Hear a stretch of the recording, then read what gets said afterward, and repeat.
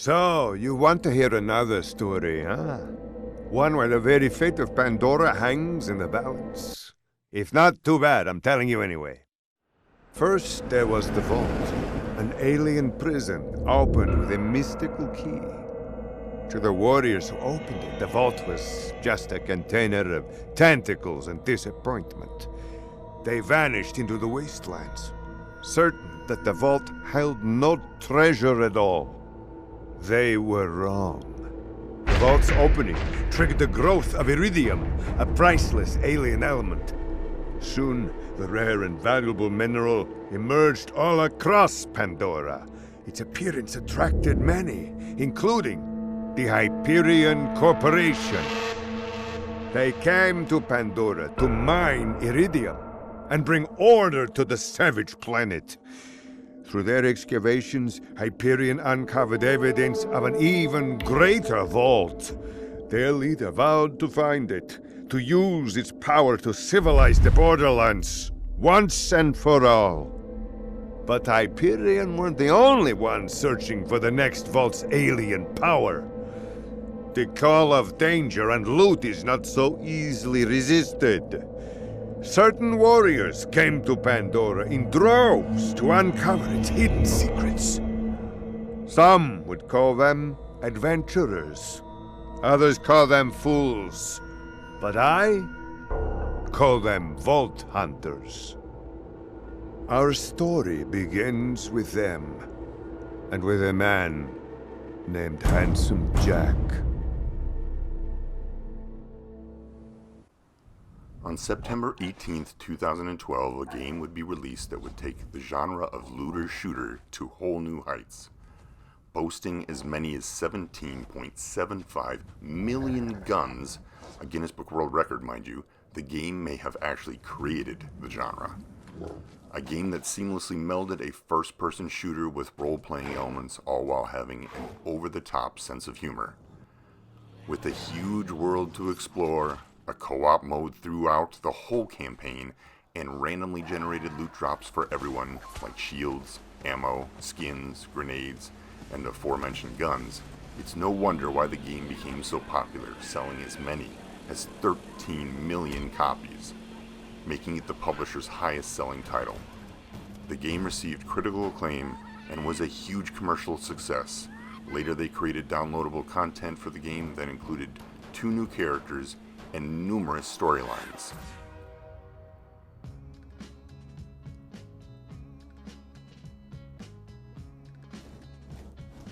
Published by 2K Games, developed by Gearbox Software,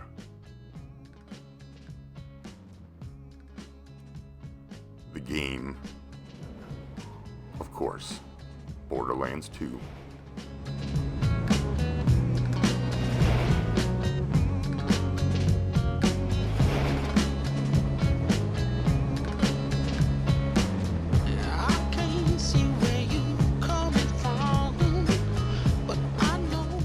So let's start with who this game is really for. Well, obviously first-person shooter fans. But Borderlands is an FPS at its core, sure, but it's so much more as well. There are 6 unique playable characters you can play as. Starting with Axton, the commando who can summon a turret to provide offensive support.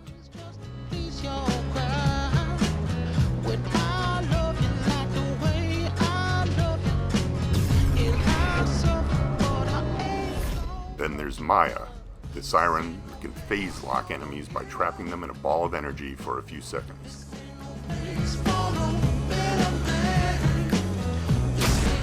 Salvador the Gunzerger can temporarily dual-wield weapons.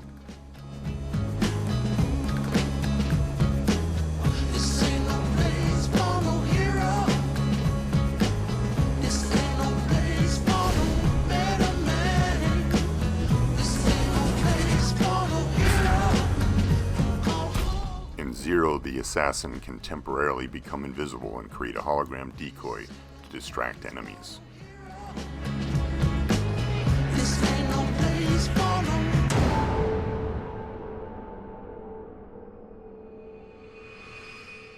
It's cute that y'all think you're the heroes of this little adventure, but you're not. Welcome to Pandora, kiddos.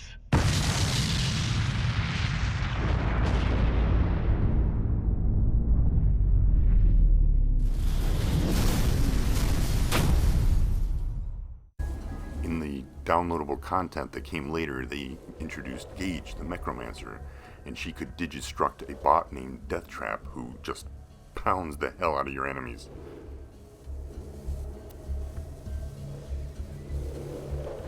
And lastly, there was Krieg the Psycho and his Buzz Axe Rampage, which was the ability to do massive damage and heal himself as he killed.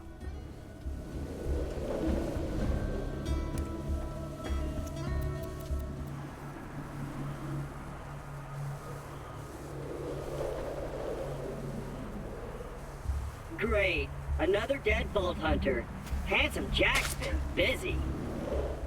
Now, the first thing on this list, to be honest, is going to be the guns. You can't have 17.75 million guns, according to Guinness, and not start there, honestly. Now, if you don't like the gun you have, wait a second and you'll have 10 more to choose from. That's basically what the game comes down to. It can be a little daunting at times, trying to determine which gun is the best. And I find once you get used to one, I have a tendency to stick with it until an obvious choice drops to replace it. I found selecting like a shield or a grenade a lot easier because they're far more straightforward than any of the weapons or guns were. Display, complete with a mini-map. Now, come, friend. Let's get you inside. Man! Now, as far as the story, if I sound out of breath, it's because I will be. The Vault Hunters are betrayed by Jack during a job and left for dead in a frozen wasteland. The Vault Hunters are found by the last remaining Hyperion unit named Claptrap. The Guardian Angel contacts the Vault Hunters and instructs them to accompany Claptrap to the city of Sanctuary and to join the Crimson Raiders, an anti-Hyperion resistance movement, in order to defeat Handsome Jack. Before they can do this, however, Claptrap's boat has been stolen by a local bandit leader dubbed Captain Flint. The Vault Hunters assault Flint's stronghold, eventually making their way to the top and killing him in a fiery battle upon arriving at the gates of Sanctuary. The Vault Hunters are asked to rescue Roland, now leader of the Crimson Raiders, who has been captured by a bounty hunter called the Firehawk. The Vault Hunters meet the Firehawk, who turns out to be Lilith. She's from the original Borderlands, whose powers are of a siren and specifically enhanced by the new supply of iridium. Lilith informs the Vault Hunters that Roland was actually captured and now, jeez, fuck! Too long, didn't listen. It's a fun story, honestly, but convoluted as all get out. All you need to know is that it's very tongue-in-cheek and humorous, and it's a lot of fun.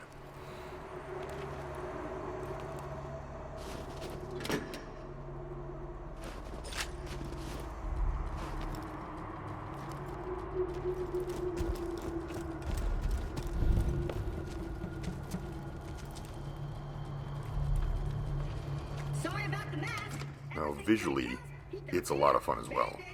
Cel-shaded polygonal goodness. It's a game made for the previous generation, so they had to clean it up a little bit. They pushed back the pop-ups and cleaned up the textures, but this game and this game series is never about the visuals. It's completely about gameplay, which is tight and fluid and very gratifying. Like being down on one knee as you fight for your life just before the time is up and you get your second wind as your enemy explodes in a spray of red is so extremely gratifying. And the game won't let you down for action, as they will throw the kitchen sink at you, and the bosses are always unique and interesting characters with traits and techniques all their own. And the sound design is great as well, and a game I'd really recommend playing with headphones. The sound that accompanies that enemy that exploded in the spray of red sounded pretty great too, and that really makes me sound like a psychopath. But it's a great game for just really getting into the guts and the gross of all of it. Once upon a time, 4 Vault Hunters changed Pandora forever. But their time has passed. Thanks to Handsome Jack, Pandora needs a new hero. And there's the aforementioned Guardian Angel as well. Now, this game is worth your time, honestly. It's got co-op, it's got tons of content. It's got great bosses. It's got great extra characters. It's got great player characters you get to play as well. This game would stack up against anything you're paying like $60 for right now. There's a big lull. I don't think it'll let you down. And all you need is a PlayStation Plus subscription, and you get this for the month of June. So, also, with Borderlands 3 on its way later this year, this would be a great game to play, so you kind of have exactly a little more idea of what's going into that game. This one, too, is part of the Handsome Collection, which is what they're giving away with the PlayStation Plus right now. And it also includes the pre-sequel. Now, you play that after 2, but it tells the story that took place between first Borderlands and the second, but in flashback. So it's going to give you like stuff that's happened post 2 and kind of act as spoilers if you really played it legitimately between 1 and 2, like a 1.5 game. And honestly, while you're at it, you should pick up Tales from the Borderlands by Telltale Games. That game was fantastic, and it actually is part of the canon of the whole thing. I think it even takes place after 2. And also, they just recently released like supposedly 10 hours worth of additional content that is going to take you from Borderlands 2 into Borderlands 3. So like there's all these like, you know, little extras, and to be honest, you get Borderlands 1, the first one's fantastic. It's definitely not as good as the second one. They took the game and just went crazy into the heights of what is fantastic about this game and what makes it so good. But it's still worth having, and I think you can get it for cheap. Now, of course, I sound like an absolute shill for Sony, and to be honest with you, I think I sound like a shill for Sony. They're not paying me or anything like that, not that they would even know I even exist.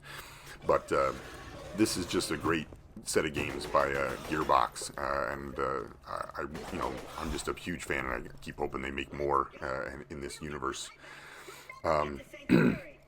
So we've come to kind of the summation part here.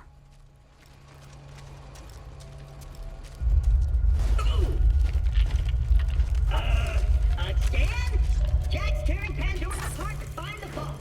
They say Jack's drilling operations are causing those earthquakes. That, or your mom just got out of bed. Zing. You'll need that funny I little love it. robot's help to reach Sanctuary, the last bastion of the resistance against Jack, and the only place you'll be truly safe. Get to Sanctuary.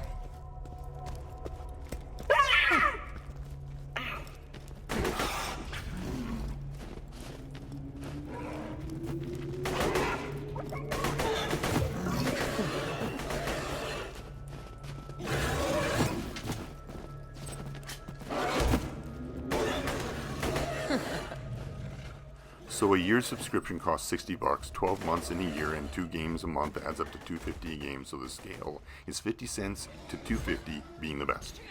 Does that make any sense? Of course it doesn't. Honestly, the scores never make a big difference to me. It's kind of like what they say amongst them, but I'm going to give a score anyway, but in a bizarre way. That's why this is it worth it? Money-wise. This game is a solid $2 out of the $2.50.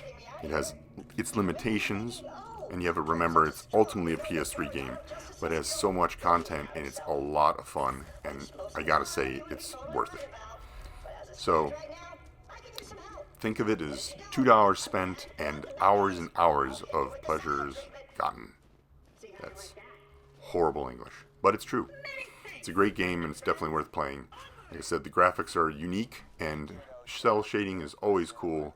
And you get some characters that you just really don't ever catch in these kind of games, and it just doesn't take itself seriously at all. And that's what makes it so much fun. It's just, they go after it, and they go after it hard, and they do an absolutely fantastic job of it. So again, I give it a $2 out of $2.50. By the way, that means it's like a 4, just so you know. And until next time, keep on enjoying the games you playing, because there is Knuckle Dragger. This is gonna hurt, and this is the kind of fun that you get to have. And by the way, I only played the beginning of the game through this so that you wouldn't really see anything that was remotely more than what you'd see within the first 15 minutes of the game, like I recorded. So again, enjoy, Have yourself a great day, and I'll see you next time on Is It Still Worth It?